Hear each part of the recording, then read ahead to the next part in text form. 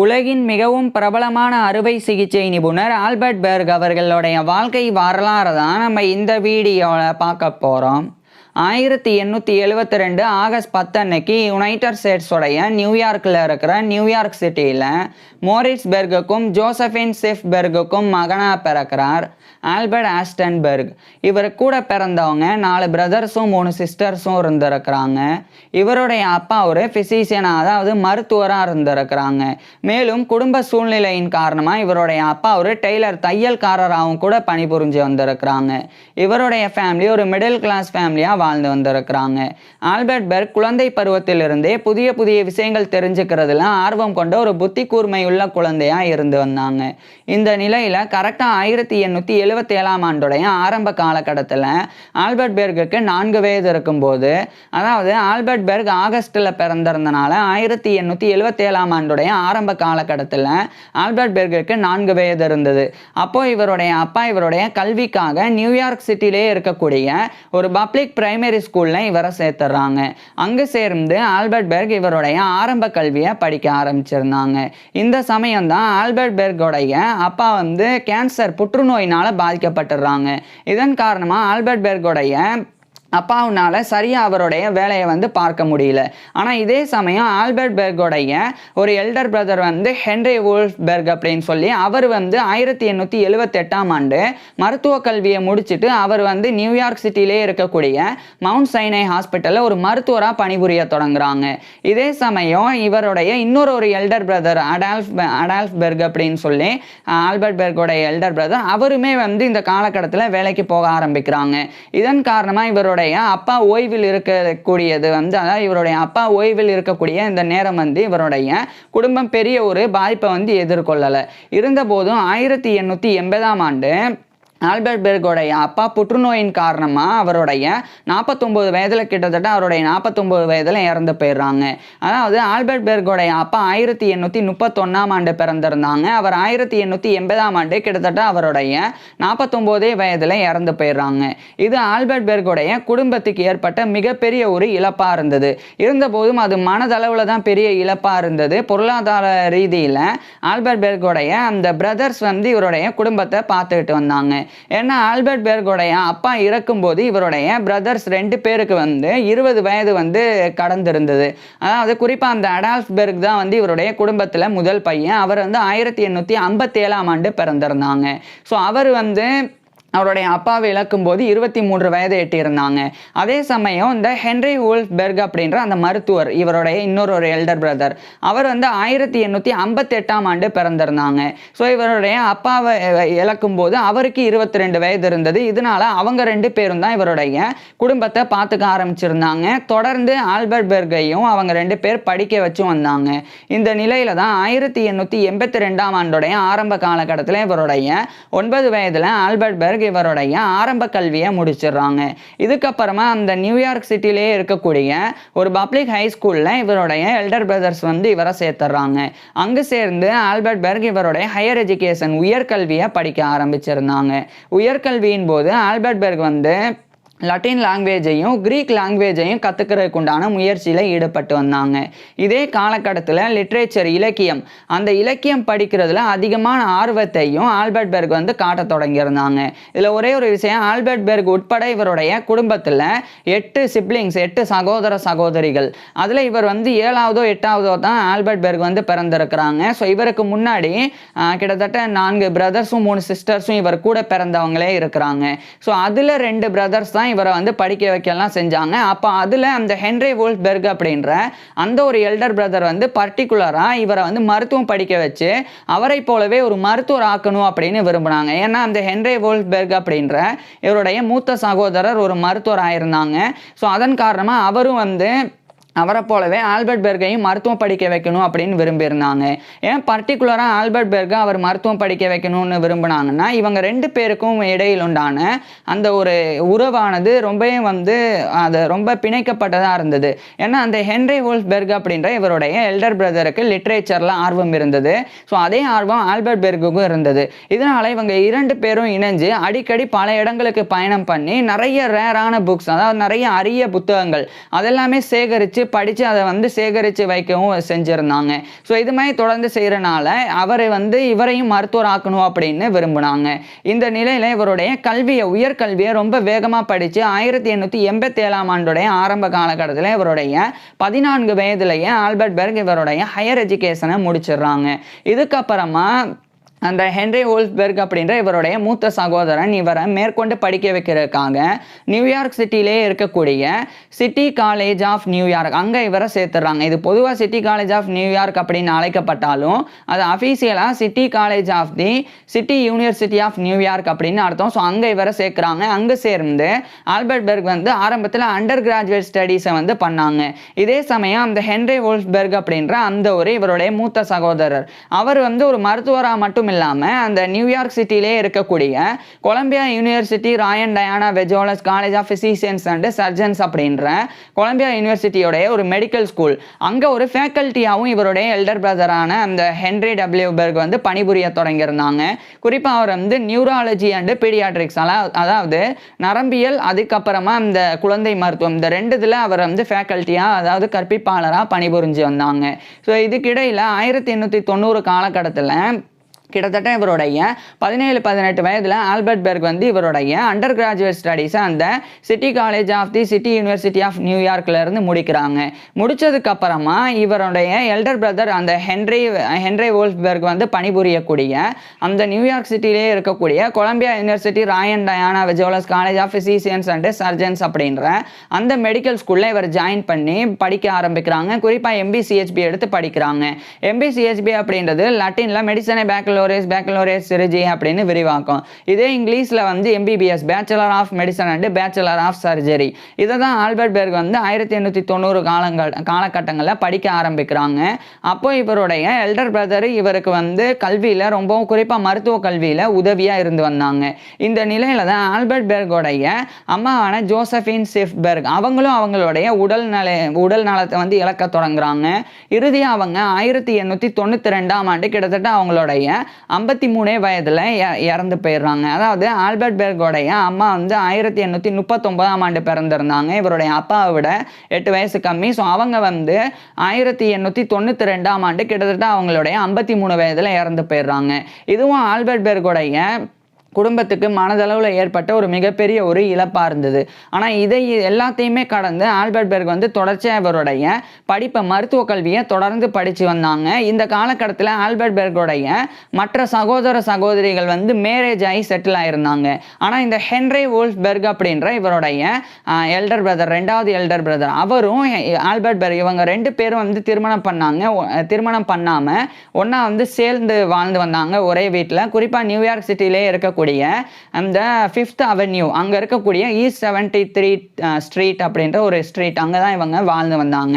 இதுக்கிடையில் 1894ஆம் ஆண்டு கிட்டத்தட்ட இவருடைய 21-22 வயதில் ஆல்பர்ட் பெர்க் வந்து இவருடைய டிகிரி வந்து முடிக்கிறாங்க. அந்த MBBS வந்து அந்த Columbia university Roy and Diana Vagelos college of physicians and சர்ஜன்ஸ்லேருந்து ஆல்பர்ட் பெர்க் வந்து முடிச்சிடுறாங்க. முடிச்சதுக்கப்புறமா இவருடைய அண்ணன் வந்து இன்ஃபெக்ஷியஸ் டிசீசஸ் ஃபிசிஷியன் ஒரு மருத்துவராக பணிபுரிஞ்ச அந்த மவுண்ட் சைனை ஹாஸ்பிட்டல் அங்கே வந்து மெடிக்கல் ட்ரைனிங்காக ஆல்பர்ட் பெர்க் வந்து போகிறாங்க. இந்த மவுண்ட் சைனை ஹாஸ்பிட்டல் அப்படின்றது நியூயார்க் சிட்டியிலே இருக்கக்கூடிய மன்னாட்டனில் வந்து இருக்குது. அதுலேயும் குறிப்பாக இந்த மவுண்ட் சைனை ஹாஸ்பிட்டல் அப்படின்றது யுனைடெட் ஸ்டேட்ஸ்லேயே இருக்கக்கூடிய லார்ஜர் டீச்சிங் ஹாஸ்பிட்டல் ஒரு பெரிய ஒரு டீச்சிங் ஹாஸ்பிட்டல். அதாவது இந்த மவுண்ட் சைனை ஹாஸ்பிட்டலில் நோயாளிகளுக்கு மருத்துவ சிகிச்சை மட்டும் வழங்கப்படாது, மருத்துவ மாணவர்களுக்கு மருத்துவ கல்வியும் மருத்துவ பயிற்சி கூட வழங்கப்படும். அதனால தான் அந்த ஒரு மவுண்ட் சைனை ஹாஸ்பிட்டல் அப்படின்றது ஒரு டீச்சிங் ஹாஸ்பிட்டல். ஸோ அங்கே இவர் இன்டர்ன்ஷிப் பண்ணுறதுக்காக 1894ஆம் ஆண்டு ஜாயின் பண்ணுறாங்க. அதாவது ஆல்பர்ட் பெர்க் வந்து இந்த MBBS டிகிரி பெற்ற உடனே ஒரு மருத்துவராக நோயாளிகளுக்கு சிகிச்சையெல்லாம் கொடுக்க முடியாது. அதுக்கு முன்னாடி ஆல்பர்ட் பெர்க் வந்து ஒரு நல்ல மருத்துவமனையில் சேர்ந்து அங்கே இருக்கக்கூடிய தேர்ந்த மருத்துவர்கள் நோயாளிகளுக்கு சிகிச்சை கொடுக்கறத பார்த்து பயிற்சி பெறணும். அதுக்கப்புறமா அந்த தேர்ந்த மருத்துவர்களினுடைய மேற்பார்வையின் கீழே ஆல்பர்ட் பெர்கே நோயாளிகளுக்கு சிகிச்சை கொடுக்கணும். இதெல்லாம் சரியாக செஞ்சாதான் ஆல்பர்ட் பெர்க் வந்து ஒரு மருத்துவராக தகுதி பெற முடியும். அதுக்காக தான் மவுண்ட் சைனை ஹாஸ்பிட்டல் அப்படின்ற அந்த லார்ஜர் டீச்சிங் ஹாஸ்பிட்டலில் ஆல்பர்ட் பெர்க் வந்து ஜாயின் பண்ணியிருந்தாங்க.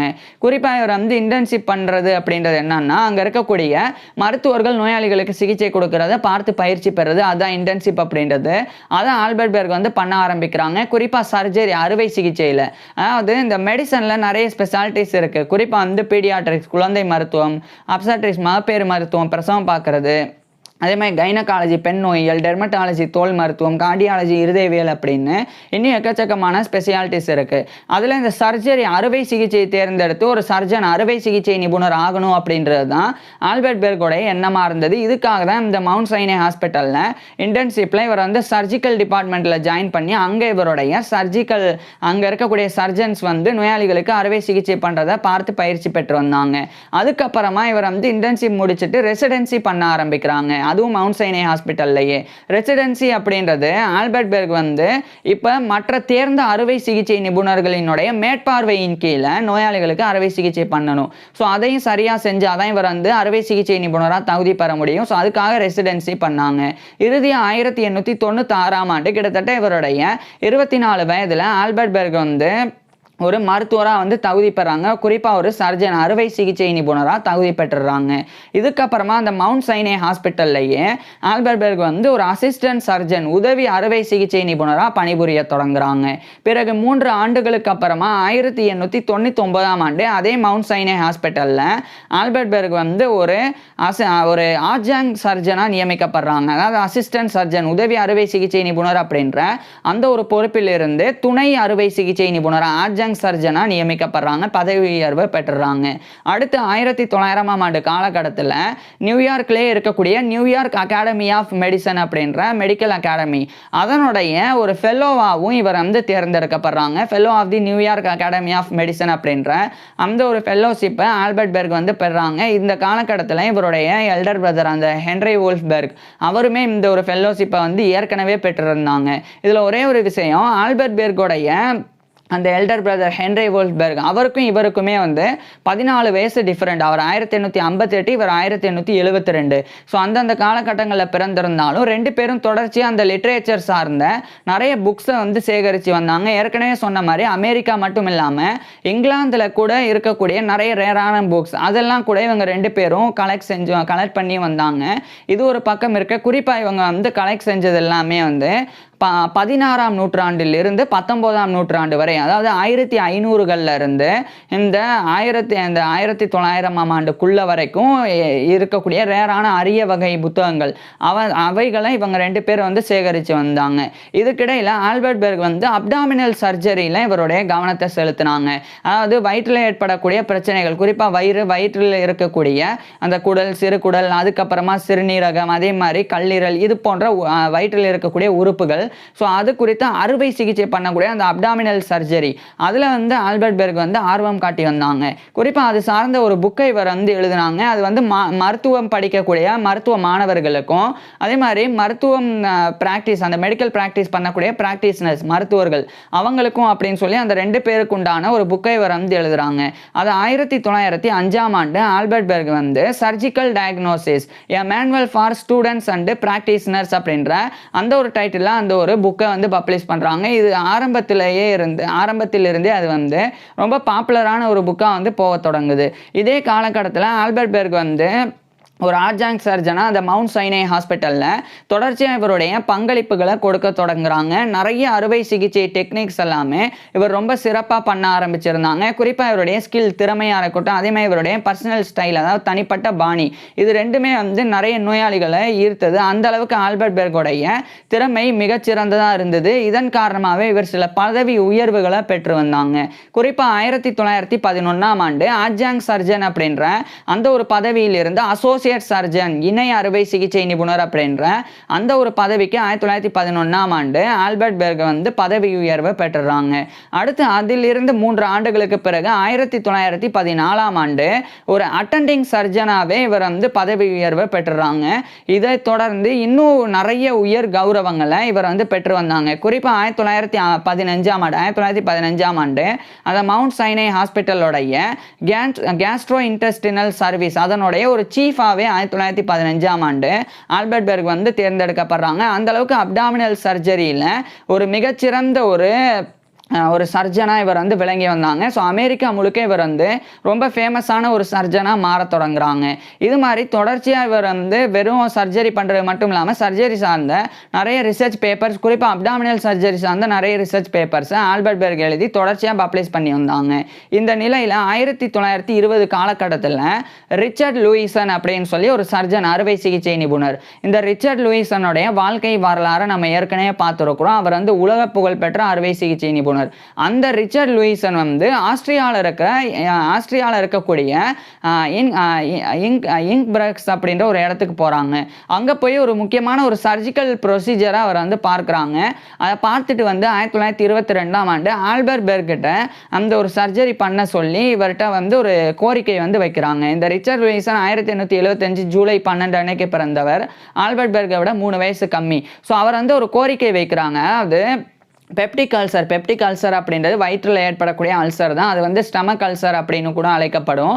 ஸோ அந்த ஒரு அல்சருக்கு சிகிச்சை கொடுக்கும் விதமாக, அதாவது அந்த அல்சர் வந்து ரொம்ப தீவிரத்தன்மை அடைஞ்சது அப்படின்னா அந்த காலகட்டத்தில் கேஸ்ட்ரோ என்டரோஸ்டமி அப்படின்னு சொல்லி ஒரு சர்ஜிக்கல் ப்ரொசீஜர், ஒரு அறுவை சிகிச்சை முறை அது பயன்படுத்தப்பட்டு அதன் மூலமாக அந்த பெப்டிக் அல்சருக்கு உண்டான அந்த சிகிச்சை வழங்கப்பட்டது. இதில் என்ன பண்ணுவாங்க அப்படின்னா, அந்த ஸ்டமக்கில் இருக்கக்கூடிய அந்த அல்சர் பாதிக்கப்பட்ட பகுதி அதை வந்து வெட்டி எடுப்பாங்க. அது வந்து கேஸ்ட்ரோ என்டரோஸ்டமி அப்படின்ற அந்த ஒரு சர்ஜிக்கல் ப்ரொசீஜர் மூலமா அப்படி எடுக்கும்போது 100 பேர் இப்போ இதில் பாதிக்கப்பட்டிருக்கிறாங்க அப்படின்னா அதை அந்த கேஸ்ட்ரோ என்டரோஸ்டமி அப்படின்ற சர்ஜரி பண்ணி அவங்கள காப்பாற்றிட்டாங்கன்னா அதுக்கப்புறம் அதில் 34 நபர்கள் வந்து மறுபடியும் அதில் வந்து தோராயமாக 34 நபர்கள் மறுபடியும் அந்த பெப்டிக் அல்சர்னால பாதிக்கப்பட்டு வந்தாங்க. அதாவது இந்த கேஸ்ட்ரோ என்டரோஸ்டமி பண்ணால் 100% பேரில் 34% பேருக்கு மறுபடியும் அந்த பெப்டிக் அல்சர் வரும், மறுபடியும் அவங்களுக்கு உண்டான சிகிச்சை வழங்கணும். ஸோ அது மாதிரியான நிலை வந்து இருந்து வந்தது. ஆனால் அதுக்கு பதிலாக இந்த ஒரு சர்ஜிக்கல் முறை, அது வந்து சப்டோட்டல் கேஸ்ட்ரிக் ரிசெக்ஷன் அப்படின்னு அர்த்தம். அது வந்து சப்டோட்டல் கேஸ்ட்ரெக்டோமி அப்படின்னும் அழைக்கப்படும். ஸோ இந்த சர்ஜிக்கல் ப்ரொசீஜரை தான் ஆஸ்திரியாவில் இருந்து ரிச்சர்ட் லூயிசன் பார்த்துட்டு வந்து ஆல்பர்ட் பெர்க் 1922ஆம் ஆண்டு ரெக்வஸ்ட் கொடுத்தாங்க. ஸோ அதை பண்ணுவோம் அப்படின்னு ஆல்பர்ட் பெர்க்கும் வந்து ஒரு பெப்டிக்னால பாதிக்கப்பட்ட பெப்டிக் அல்சர்னால பாதிக்கப்பட்ட ஒரு நோயாளிக்கு இந்த ஒரு சப்டோட்டல் கேஸ்ட்ரிக் ரிசெக்ஷன் அப்படின்ற அந்த ஒரு சர்ஜிக்கல் ப்ரொசீஜர் பயன்படுத்தி அறுவை சிகிச்சை பண்ணுறாங்க. இது என்ன அப்படின்னா ஸ்டமக்கோடைய பார்சியல் ரிமூவல் தான். அதாவது எந்த ஒரு இடத்துல அல்சர் பாதிக்கப்பட்டிருக்கோ அதை மட்டும் வந்து வெட்டி எடுத்துட்டு அந்த இடத்த சுத்தப்படுத்துகிற மாதிரியான நடவடிக்கை. ஸோ இதை வந்து ஆல்பர்ட் பெர்க் வந்து பண்ணுறாங்க. இது 1922ஆம் ஆண்டு பண்ணாங்க. இந்த யுனைடெட் ஸ்டேட்ஸ்லேயே இந்த சப்டோட்டல் கேஸ்ட்ரிக் ரிசெக்ஷன் அப்படின்ற இந்த ஒரு சர்ஜிக்கல் டெக்னிக்கை பெப்டிக் அல்சருக்காக பண்ண முதல் அறுவை சிகிச்சை நிபுணர் ஆல்பர்ட் பெர்க் தான். இந்த ஒரு சாதனையை இந்த ஒரு காலகட்டத்தில் இவர் வந்து படைக்கிறாங்க. ஸோ யுனைடெட் ஸ்டேட்ஸ்லேயே பெப்டிக் அல்சருக்கு உண்டான சிகிச்சையாக அந்த சப்டோட்டல் கேஸ்ட்ரிக் ரிசெக்ஷன் அப்படின்ற இந்த ஒரு சர்ஜிக்கல் ப்ரொசீஜரை செய்த ஃபர்ஸ்ட் சர்ஜன் அப்படின்ற அந்த ஒரு கௌரவத்தை ஆல்பர்ட் பெர்க் வந்து பெற்றுறாங்க. அந்த கௌரவத்தை பெற்றது மட்டும் இல்லாமல் அதன் மூலமாக ஏற்படக்கூடிய நன்மைகளை கண்கூட ஆல்பர்ட் பெர்க் வந்து காண தொடங்குறாங்க. ஏன்னா இப்போ ஏற்கனவே கேஸ்ட்ரோஎன்டரோஸ்டமி அப்படின்னு இருந்த அந்த ஒரு சர்ஜிக்கல் ப்ரொசீஜர் அதன் மூலமா இந்த ஸ்டமக் அல்சரை கிளீன் பண்ணும்போது மறுபடியும் 100 பேர் அதில் இருந்தாங்கன்னா 34 பேர் அதில் மறுபடியும் பாதிக்கப்பட்டாங்க. ஆனால் இந்த ஒரு சப்டோட்டல் கேஸ்ட்ரிக் ரிசெக்ஷன் அல்லது சப்டோட்டல் கேஸ்ட்ரெக்டோமி இதை வந்து செய்யும் போது அந்த அளவுக்கு அது வந்து பாதிக்கப்படலை. அதாவது 100 பேர் இருந்தாங்கன்னா அதில் ஒரு விழுக்காடுக்கும் அந்த ஒரு விழுக்காடு, அதாவது ஒரு பேர் இல்லைன்னா 2 பேர் அவங்க தான் மறுபடியும் அந்த பெப்டிக் அல்சர்னால பாதிக்கப்பட்டாங்க. கிட்டத்தட்ட 98க்கும் மேற்பட்ட நபர்கள் வந்து மறுபடியும் அந்த பெப்டிக் அல்சர்னால பாதிக்கப்படலை. ஸோ அப்போ இதனுடைய நன்மை வந்து ஆல்பர்ட் பெர்க்குக்கு ரொம்ப நல்லா தெரிய வந்தது. ஏன்னா கேஸ்ட்ரோஸ்டமி அந்த ஒரு சர்ஜிக்கல் டெக்னிக்கை பயன்படுத்தி அந்த பெப்டிக் அல்சருக்கு சிகிச்சை கொடுத்தா, அறுவை சிகிச்சை பண்ணால் இப்போ 100% பேருக்கு பண்ணால் அதில் 34% பேர் மறுபடியும் பாதிக்கப்பட்டாங்க. 66% பேர் தான் மறுபடியும் பாதிக்கப்படலை. ஆனால் இதன் மூலமாக இந்த ஒரு சப்டோட்டல் கேஸ்ட்ரிக் ரிசெக்ஷன் மூலமாக இதை பண்ணும்போது அந்த அறுவை சிகிச்சை பண்ணி அந்த பெப்டிக் அல்சர் அந்த ஸ்டமக் அல்சரை வந்து சரி செய்யும் போது 100% பேரில் 99 கிட்டத்தட்ட 98%க்கும் மேற்பட்டவருக்கு அந்த பெப்டிக் அல்சரை ஸ்டமக் அல்சரை ஏற்படலை. வெறும் 1-2 பேருக்கு தான் ஏற்பட்டது. ஸோ அப்போ இதில் இருக்கக்கூடிய அந்த ஒரு பெனிஃபிட்டை வந்து ஆல்பர்ட் பெர்க் வந்து உணர்றாங்க. உணர்ந்தது மட்டும் இல்லாமல் 500க்கும் மேற்பட்ட கேசஸ், நிறைய 500க்கும் மேற்பட்ட பெப்டிக் அல்சர்னால பாதிக்கப்பட்டவங்களுக்கு ஆல்பர்ட் பெர்க் வந்து சிகிச்சை கொடுத்தாங்க. அந்த ரிப்போர்ட்ஸையும் இவர் வந்து தொடர்ச்சியாக பப்ளிஷ் பண்ணவும் செஞ்சாங்க. குறிப்பாக 1930ஆம் ஆண்டு ஆல்பர்ட் பெர்க் வந்து அதை the mortality and late results of stomach the mortality and late results of subtotal gastrectomy for the radical cure of gastric and duodenal ulcer அப்படின்ற அந்த டைட்டில் 1930ஆம் ஆண்டு ஒரு முக்கியமான ஒரு ஒர்க்கு ஆனல்ஸ் ஆஃப் சர்ஜரி அப்படின்ற ஜேர்னலில் 1930ஆம் ஆண்டு இவர் ஆல்பர்ட் பெர்க் வந்து பப்ளிஷ் பண்ணுறாங்க. So the mortality and late results of subtotal gastrectomy for the radical cure of gastric and duodenal ulcer அப்படின்ற டைட்டில். ஸோ இது 1930ஆம் ஆண்டு ஆல்பர்ட் பெர்க் வந்து பப்ளிஷ் பண்ணுறாங்க. இதுக்கப்புறம் உலகம் முழுவதும் போற்றப்படக்கூடிய சர்வதேச அளவில் அங்கீகாரம் பெறக்கூடிய ஒரு சர்ஜனா ஆல்பர்ட் பெர்க் வந்து மாற தொடங்குறாங்க. குறிப்பாக அப்டாமினல் சர்ஜரி ஃபீல்டில் ஒரு இன்னோவேட்டராக சர்வதேச அளவில் ஆல்பர்ட் பெர்க் வந்து இந்த காலகட்டத்தில் அங்கீகரிக்கப்படுறாங்க. ஏன்னா அந்த ஒரு பெப்டிக் அல்சர் ஸ்டமக் அல்சர் பாதிப்பிலிருந்து மீண்டு வர்றதுக்கு ரிச்சர்ட் லூயிஸ் வந்து அந்த வழிமுறை சொல்லியிருந்தாலும் ஆல்பர்ட் பெர்க் வந்து அதை பயன்படுத்தி மிகப்பெரிய அளவில் உலக புகழ் பெறக்கூடிய ஒரு சர்ஜனா வந்து மாற தொடங்கியிருந்தாங்க. இதுக்கப்புறம் 1934ஆம் ஆண்டு கிட்டத்தட்ட இவருடைய 62 வயதில் ஆல்பர்ட் பெர்க் வந்து மவுண்ட் சைனை ஹாஸ்பிட்டலோடைய அட்டெண்டிங் சர்ஜன் அப்படின்ற பதவியிலிருந்து ரிட்டையர் ஆகுறாங்க.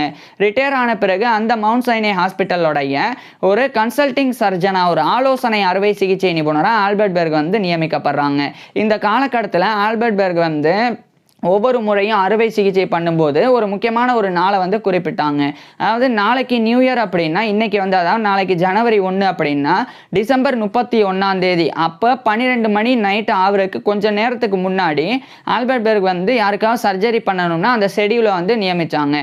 அப்படி நியமிக்கிறதன் மூலமாக அவங்களுக்கு சர்ஜரி பண்ணி நோயினால் பாதிக்கப்பட்டவர் டிசம்பர் 31 அப்போ வந்து சர்ஜரிக்குள்ளாகி ஜனவரி 1 அந்த 12 மணி தாண்டும் போது அவங்க வந்து உடல்நல குறைபாடுனால் அந்த அறுவை சிகிச்சையின் மூலமாக சரி செய்யப்பட்டு வருவாங்க. ஸோ அப்படி வர்றது ஆல்பர்ட் பெர்க்கு வந்து ரொம்ப பாசிட்டிவான ஒரு விஷயமா இருந்தது. கடந்த ஆண்டில் நோய் பாதிக்கப்பட்டவங்க இந்த ஆண்டினுடைய தொடக்கத்தில் அந்த பாதிப்பிலிருந்து மீண்டு வந்திருக்கிறாங்க. அந்த பாதிப்பிலிருந்து மீட்டெடுத்தது தான் அப்படின்ற அந்த ஒரு பெரிய ஒரு மன நிம்மதியும் ஆல்பர்ட் பெர்க்கு இருந்தது. இதனாலே இதை ஒரு பழக்கமாகவும் கொண்டிருந்தாங்க இவர் சர்ஜனாக இருக்கும்போது. ஸோ 1934 ரிட்டையர் ஆகி ஒரு கன்சல்டிங் சர்ஜனாக இருந்தாங்க. இது மட்டும் இல்லாமல் இந்த காலகட்டத்தில் பல கௌரவங்களையும் இவர் பெற்று வந்தாங்க. குறிப்பாக வந்து இத்தாலியோடைய ரோம்ல இருக்கிற ரோம் சர்ஜிக்கல் சொசைட்டி அதனுடைய ஆனரி ஃபெல்லோவா கௌரவ உறுப்பினராக இவர் தேர்ந்தெடுக்கப்பட்டாங்க. மேலும் அதே இத்தாலியில் இருக்கிற டோரின் அங்கே இருக்கக்கூடிய டோரின் சர்ஜிக்கல் சொசைட்டியினுடைய ஒரு ஆனரி ஃபெல்லோ கௌரவ உறுப்பினராகவும் ஆல்பர்ட் பெர்க் வந்து தேர்ந்தெடுக்கப்பட்டாங்க. இந்த நிலையில தான் இவருடைய எல்டர் பிரதர் அந்த ஹென்ரி வோல்ஃபெர்க் அதே மாதிரி ஆல்பர்ட் பெர்க் 2 பேரும் இணைஞ்சு தான் வாழ்ந்து வந்தாங்க. அப்போ இவருடைய எல்டர் பிரதர் வந்து அவங்க கலெக்ட் பண்ணியிருந்த அந்த அமெரிக்கன் அண்ட் இங்கிலீஷ் லிட்ரேச்சர் அவைகளை வந்து நியூயார்க் பப்ளிக் லைப்ரரிக்கு டொனேட் பண்ணுவோம் அப்படின்னு சொல்லி அவர் வந்து சொல்கிறாங்க. ஸோ இதுக்குண்டான முடிவு வந்து 1937ஆம் ஆண்டு எடுக்கப்பட்டது. ஆனால் துரதிர்ஷ்டவசமாக 1938ஆம் ஆண்டு ஆல்பர்ட் பெர்கோடைய அண்ணனும் இவரை அப்பா மாதிரி பார்த்துக்கிட்ட அந்த ஹென்ரி வோல்ஃபெர்க் அப்படின்ற இவருடைய எல்டர் பிரதர் வந்து கிட்டத்தட்ட அவருடைய 80 வயதில் இறந்து போயிடுறாங்க. ஏன்னா ஆல்பர்ட் பெர்கோடைய அந்த எல்டர் பிரதர் ஹென்ரி வோல்ஃபெர்க் வந்து 1858ஆம் ஆண்டு பிறந்திருந்தாங்க. 1938ஆம் ஆண்டு கிட்டத்தட்ட அவருடைய 80 வயதில் இறந்து போயிடுறாங்க. இது ஆல்பர்ட் பெர்க்குக்கு மனதளவில் ஏற்பட்ட மிகப்பெரிய ஒரு சோதனையாக இருந்தது. இவருடைய அப்பாவையும் அம்மாவையும் இழக்கும் போது இருந்த அந்த வேதனையை விட இவருடைய அண்ணனை இழக்கும் போது தான் ஆல்பர்ட் பெர்க் வந்து ரொம்ப கஷ்டப்பட்டாங்க. ஏன்னா இவர் மருத்துவர் ஆகிறதுக்கு அவர் தான் காரணம். அதே மாதிரி அவரும் திருமணம் பண்ணாமல் ஆல்பர்ட் பெர்க் கூடவே இருந்து கடைசி வரைக்கும் வந்து இருந்து இறந்து போனது ஆல்பர்ட் பெர்க்குக்கு மனதளவில் மிகப்பெரிய பாதிப்பை ஏற்படுத்தி இருந்தது. ஆனால் ஆல்பர்ட் பெர்க் வந்து அவருடைய அண்ணனுடைய ஆசையை நிறைவேற்றணும் அப்படின்னு முடிவு செய்கிறாங்க. குறிப்பாக அவருடைய அண்ணனும் அவரும் 2 பேரும் இணைஞ்சு நிறைய ரேர் புக்ஸை வந்து சேகரிச்சிருந்தாங்க. குறிப்பாக 3500க்கும் மேற்பட்ட பழங்கால புத்தகங்கள், ரொம்ப அரிய புத்தகங்கள். அது நான் ஏற்கனவே சொன்ன மாதிரி 1500களிலிருந்து 1900ஆம் ஆண்டு இந்த காலகட்டத்துக்குள்ளே இவங்க ரேரான 3500க்கும் மேற்பட்ட புத்தகங்கள் வந்து சேகரிச்சிருந்தாங்க. அதை வந்து ஒரு கலெக்ஷனாக ஒரு தொகுப்பாக வந்து தொகுத்து நியூயார்க் பப்ளிக் லைப்ரரிக்கு 1940ஆம் ஆண்டு பிப்ரவரியில் வழங்க போறேன் அப்படின்னு அந்த நியூயார்க் பப்ளிக் லைப்ரரியோடைய அந்த போர்ட் ஆஃப் ட்ரஸ்டீஸுக்கு இவர் அறிவுரை அறிவிக்கிறாங்க. அதுக்கப்புறம் அந்த 1940ஆம் ஆண்டு அக்டோபர் 11 அன்னைக்கு அந்த என்டோஸ்மெண்ட் வந்து பண்ணப்படுது. ஆல்பர்ட் பெர்க் வந்து அதை டொனேஷனாக கொடுக்குறாங்க அந்த ஒரு கலெக்ஷன்ஸை. ஸோ அதுதான் வந்து இன்னைக்கு நியூயார்க் பப்ளிக் லைப்ரரியில் Henry W and Albert A Berg collection of English and American literature அப்படின்ற டைட்டிலில் வந்து அந்த புத்தக தொகுப்பு அந்த கலெக்ஷன் வந்து இருக்குது.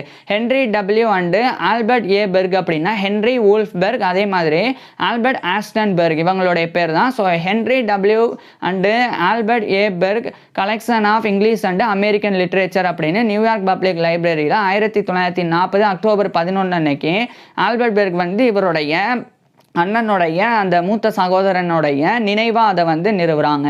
அதுக்கப்புறம் அந்த ஒரு கலெக்ஷனுக்கு 1941 இன்னொரு நபர்னால கூட வந்து அதுக்குண்டான இன்னும் ஒரு 15,000 ரேர் புக்ஸ் வந்து வழங்கப்பட்டது.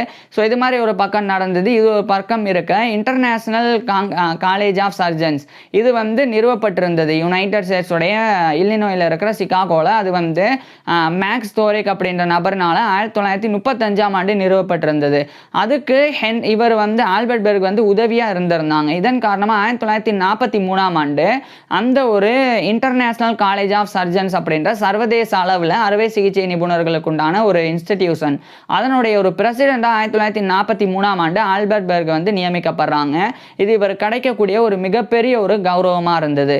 இந்த நிலையில் 1944 மவுண்ட் சைனை ஹாஸ்பிட்டலில் ஒரு ரிசர்ச் லேபரட்டரி உருவாக்குறதுக்காக ஆல்பர்ட் பெர்க் வந்து நிறைய டொனேஷன் வந்து கொடுத்தாங்க.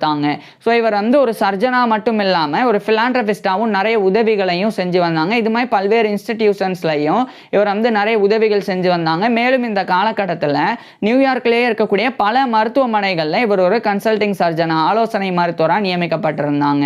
இதுக்கிடையில் 1947 அந்த இன்டர்நேஷனல் காலேஜ் ஆஃப் சர்ஜன்ஸ் உடைய பிரசிடென்ட் அப்படின்ற பதவியிலிருந்து 4 ஆண்டுகளுக்கு பிறகு அந்த பதவியிலிருந்து விலகுறாங்க. ஆனால் தொடர்ச்சியாக நியூயார்க்லேயே இருக்கக்கூடிய பல மருத்துவமனைகளில் ஆல்பர்ட் பெர்க் வந்து கன்சல்டிங் சர்ஜனாக பணிபுரிஞ்சு வந்தாங்க. இறுதியாக இவர் வந்து கிட்னியில் சிறுநீரகத்தில் ஒரு பாதிப்பினால் வந்து பெரிய அளவில் காயமடைகிறாங்க. இதுக்கப்புறம் இவருக்கு வந்து கிட்னி சர்ஜரியும் பண்ணப்படுது. ஆனால் அதிலிருந்து மீண்டு வர முடியாமல் இறுதியாக 1950 ஜூலை 1 அன்னைக்கு இவருடைய 78 வயது அவருக்கு ஒரு மாதத்துக்கு முன்னாடி இவருடைய 77 வயதில் ஆல்பர்ட் பெர்க் வந்து இறந்து போகிறாங்க. ஸோ 1950 ஜூலை 1 அன்னைக்கு இவருடைய 77 வயதில் ஆல்பர்ட் பெர்க் வந்து இறந்து போயிடுறாங்க. ஆல்பர்ட் பெர்க் இறந்து போன பிறகு இவரை கௌரவப்படுத்துகிற இவருடைய எல்டர் பிரதரை கௌரவப்படுத்துறதுக்காகவும் அந்த நியூயார்க் அகாடமி ஆஃப் மெடிசன் அவங்க தரப்பிலிருந்து ஒரு பிரான்ஸ் மெடல் வந்து அங்கே வந்து பிரான்ஸ் பிளாக் வந்து அவங்க நிறுவனாங்க. ஒரு வெங்கல தகடு. ஸோ அதை வந்து இவர் ஆல்பர்ட் பெர்கையும் இவருடைய எல்டர் பிரதரையும் கௌரவப்படுத்துறதுக்காக இது இன்னைக்கு வரைக்குமே நியூயார்க் அகாடமி ஆஃப் மெடிசனுடைய 3rd ஃப்ளோரில் இருந்து வருது. அது மட்டும் இல்லாமல் மவுண்ட் சைனை ஹாஸ்பிட்டல் அவங்க தரப்பில் இருந்தும் ஆல்பர்ட் பெர்கை கௌரவப்படுத்துறதுக்காக சில விஷயங்கள் வந்து பண்ணியிருந்தாங்க.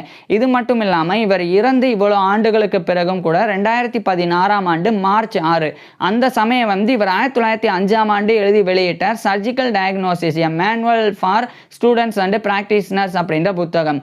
அது வந்து ரிட்ரீவ் பண்ணப்பட்டது 2016 மார்ச் 6 அன்னைக்கு. ஸோ 100 ஆண்டுகளை கடந்தும் அந்த புத்தகமானது மிக முக்கிய புத்தகமாக இருந்தது. ஸோ அந்த அளவுக்கு ஆல்பர்ட் பெர்கோடைய கான்ட்ரிபியூஷன் வந்து மருத்துவத்திலையும் லிட்ரேச்சர் இலக்கியத்திலையும் இருந்தது. ஸோ இப்போ ஏற்பட்ட ஆல்பர்ட் பெர்க் பற்றி நீங்கள் என்ன நினைக்கிறீங்க அப்படின்றத கீழே கமெண்ட்ஸில் சொல்லுங்கள். உங்களுக்கு எந்த மாதிரியான டாபிக்ஸில் எந்த மாதிரியான வீடியோஸ் வேணும் அப்படின்றதையும் கீழே கமெண்ட்ஸில் சொல்லுங்கள்.